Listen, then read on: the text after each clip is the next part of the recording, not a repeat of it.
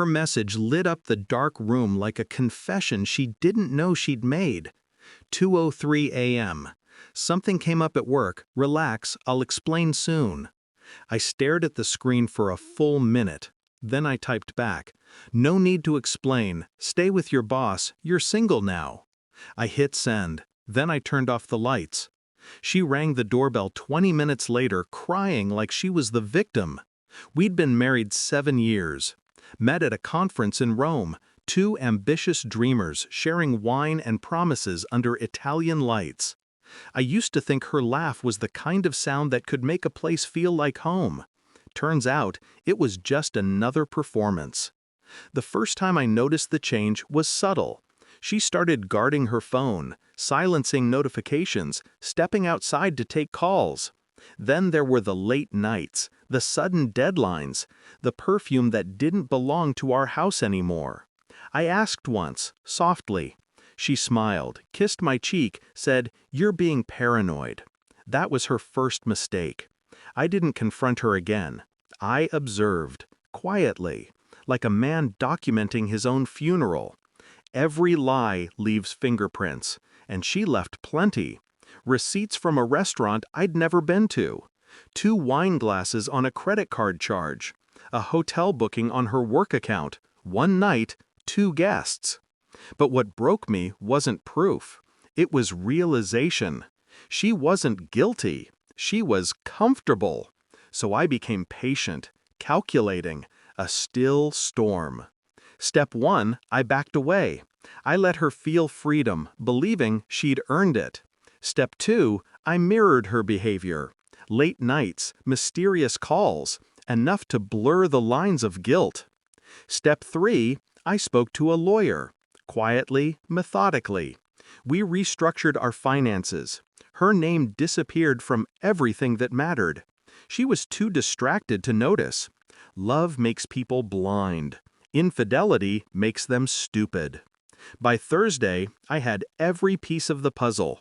By Friday, she had no idea the house, the car, and most of our joint savings were legally mine alone.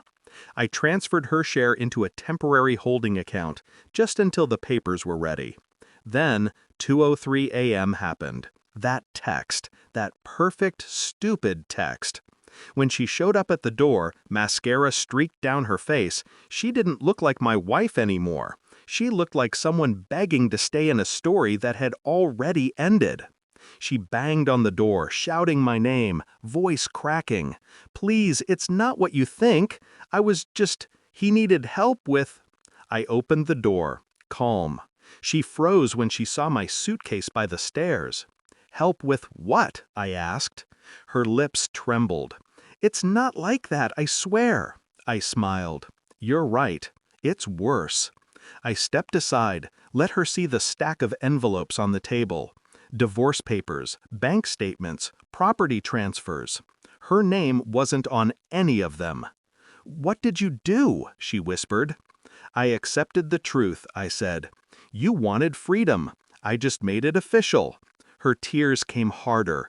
"You can't just..." "I can," I interrupted, and I did. "Everything you thought you owned, everything you built your lies on, it's gone. Legally, quietly, permanently." She sank to the floor, sobbing. "Please, I made a mistake." "No," I said. "You made a choice." She kept calling for weeks after that. Messages filled with apologies, nostalgia, desperation. I never replied. People think revenge is loud. It's not. It's silence. It's control. It's walking away while they drown in the life they ruined. Last I heard, she quit her job.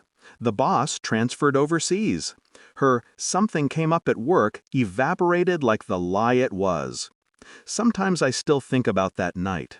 Her voice behind the door, her hand shaking when she realized I wasn't bluffing. There's a kind of peace in that moment, when the person who broke you finally understands you were never the fool. You were the lesson. I sleep better now. The bed feels wider, quieter. Every time my phone buzzes late at night, I let it. Because peace doesn't need explanations. And I don't answer texts that start with "something came up." Not anymore.